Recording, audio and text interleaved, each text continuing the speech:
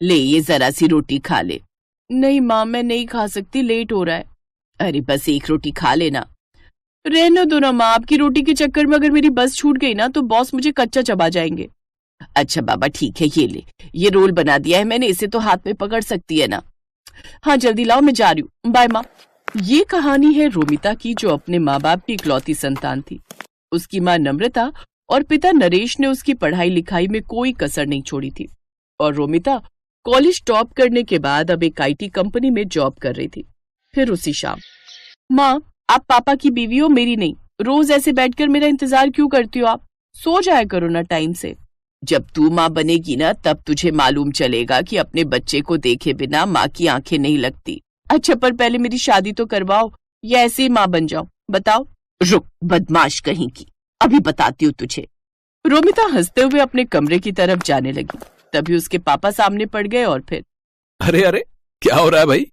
कुछ नहीं पापा, मैंने माँ से कहा कि मेरा हलवा खाने का मन है, तो देखो ना माँ मुझे मारने आ रही है। क्या नम्रता, हलवाई तो मांग रही है, बना दो ना उसके लिए, इसमें इतना गुस्सा करने की क्या बात है? रोमिता अपने परिवार की जान थी। वक्त ऐसे ही हंसते खेलते गुजर रहा था और फिर एक दिन, नम्रता जरा इधर आओ। क्या हुआ जी? अरे वो लखनऊ वाले मौसा जी है ना? हाँ हाँ, क्या हुआ उन्हें? उन्हें कुछ नहीं हुआ, उनका फोन आया था, रोमिता के लिए एक रिश्ता बताया। कह रहे थे कि खुले विचारों वाला परिवार है, उन्हें लड़की के जॉब करने पर भी कोई आपत्ति नहीं है, और सबसे बड़ी बात वो लोग इसी शहर में रहते हैं। अरे वाह, ये तो बहुत अच्छा रहेगा। क्या अच्छा रहेगा माँ? मुझे नहीं करनी शादी वादी। क्यों भाई, क्यों नहीं करनी शादी तुम्हें? मैं चली जाऊंगी तो आप दोनों का ख्याल कौन रखेगा? तुम रखोगी और कौन रखेगा? अभी तो हमारे हाथ पैर चल रहे हैं, जब हम बूढ़े हो जाएं तो हमसे मिलने आती रहना, और क्या। नहीं पापा, पता नहीं कैसे होंगे वो ससुराल वाले, मुझे कहीं नहीं जाना। ऐसा नहीं कहते पगली, बिटिया तो पराया धन होती है, एक न एक दिन तो उसे ससुराल जाना ही पड़ता है। और पता है जिस जगह से रिश्ता आया है ना, उन्हें तेरे जॉब करने से कोई दिक्कत नहीं है, और तो और वो भी इसी शहर में रहते हैं, तो तुझे जॉब बदलनी भी नहीं पड़ेगी। अब बताओ, अब इससे बढ़कर और क्या चाहिए?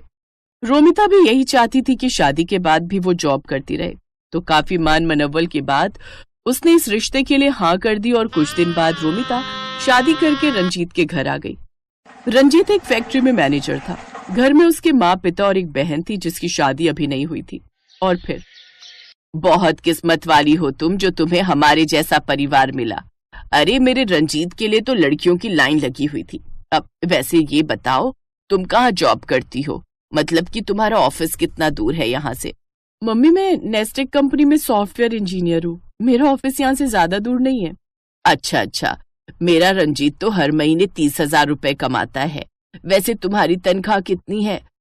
10-15 हजार तो मिल जाते हैं कि नहीं? मम्मी जी सब कट कटा के करीब 40,000 आ जाते हैं। इतना सुनते ही कमला चुप हो गई।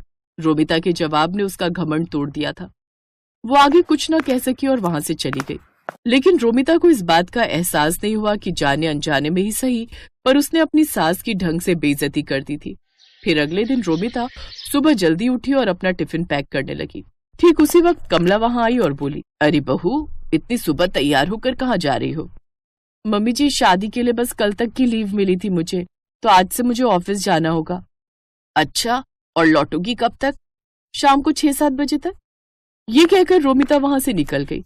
सच ये था कि कमला रोमिता की जॉब से बहुत ज्यादा खुश नहीं थी, लेकिन आता हुआ पैसा किसे बुरा लगता है, इसलिए वो चुप थी। लेकिन उस दिन शाम को रोमिता को घर आने में थोड़ी देर हो गई, लेकिन आते ही वो सीधा खाना बनाने में जुट गई। उसके बाद उसने सारे बर्तन धोए और फिर, कल से थोड़ा पहले घर आ जाना बहू, ठीक है? अब तुम्हारी शादी हो गई है तो घर की जिम्मेदारियां भी तो हैं। अब हर रोज सारा खाना मैं अकेले तो नहीं बनाऊंगी इस उम्र में, है ना? जी माँ जी। कमला रोमिता को सुनाकर वहां से चली गई। वो अगली सुबह जल्दी उठी और ढेर सारा खाना बनाकर ऑफिस चली गई। फिर उसी शाम, ये खाना तो तुमने सुबह बनाया था ना?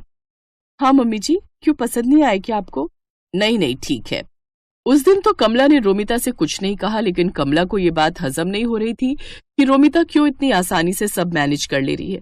फिर एक दिन कमला ने कलेश फैलाने की ठान ही ली और उसी शाम, देखो बहू, मैंने और रंजीत के पापा ने बहुत कोशिश की, मगर हम इतना एडजस्ट नहीं कर पाएंगे।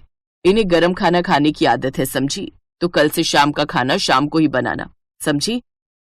पर मम्मी जी, अब बहस मत करो मुझसे, जो कह रही हूं बस वही करो। अपनी सास से डांट खाकर रोमिता बहुत परेशान हो गई। उसे समझ में नहीं आ रहा था कि वो ऑफिस के साथ साथ घर का काम कैसे मैनेज करे। इस चक्कर में वो ऑफिस में भी परेशान रहने लगी। फिर अगले दिन, मम्मी जी, मुझे आपसे कुछ बात करनी थी। हाँ बोलो, क्या बात है? वो मैंने रिजाइन कर दिया है, अब कल से मैं ऑफिस नहीं जाऊंगी। अरे पर ऐसा क्यों किया तुमने? क्योंकि ये सब एक साथ मुझसे हो नहीं पा रहा था मम्मी जी। ऑफिस के चक्कर में मैं आप लोगों का ख्याल नहीं रख पा रही थी। अब अच्छा ठीक है, फिर अब जाओ, जाकर मेरे लिए चाय बना दो।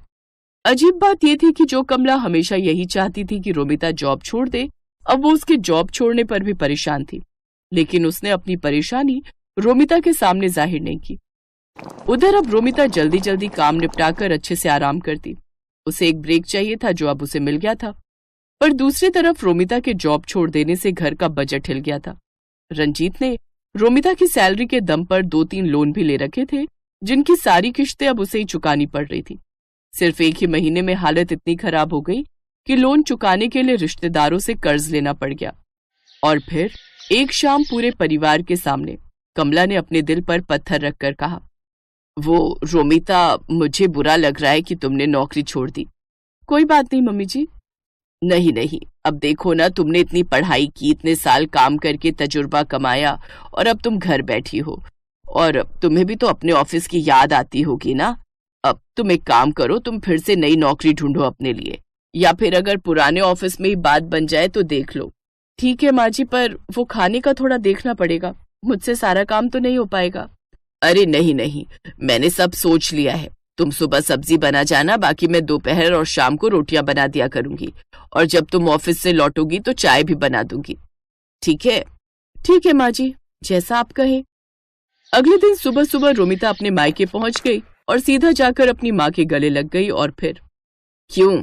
कहा था ना, तेरी सास का घमंड एक दिन जरूर टूटेगा। अच्छा ये बता, तेरी छुट्टियां कब खत्म हो रही हैं? आज ही तक थी माँ, कल से वापस ज्वाइन करना है। सही है, चाय पिएगी? नहीं, आज तो मेरी सास के हाथ की चाय पहले से फिक्स है। आप चलो मेरे साथ, आज हम पूरा दिन शॉपिंग करेंगे। रोमिता की बात सुनकर नम्रता मुस्कुरा दी, और इस तरह रोमिता ने अपनी समझदारी से सब ठीक कर दिया। सुबह सुबह खाना बनाकर वो घर के प्रति अपनी जिम्मेदारी भी पूरी कर रही थी, और पैसे कमाकर घर के बजट को भी संभाल रही थी। लाइक करें, शेयर करें और सब्सक्राइब करें मेरे चैनल को ऐसी ही खूबसूरत कहानियों के लिए।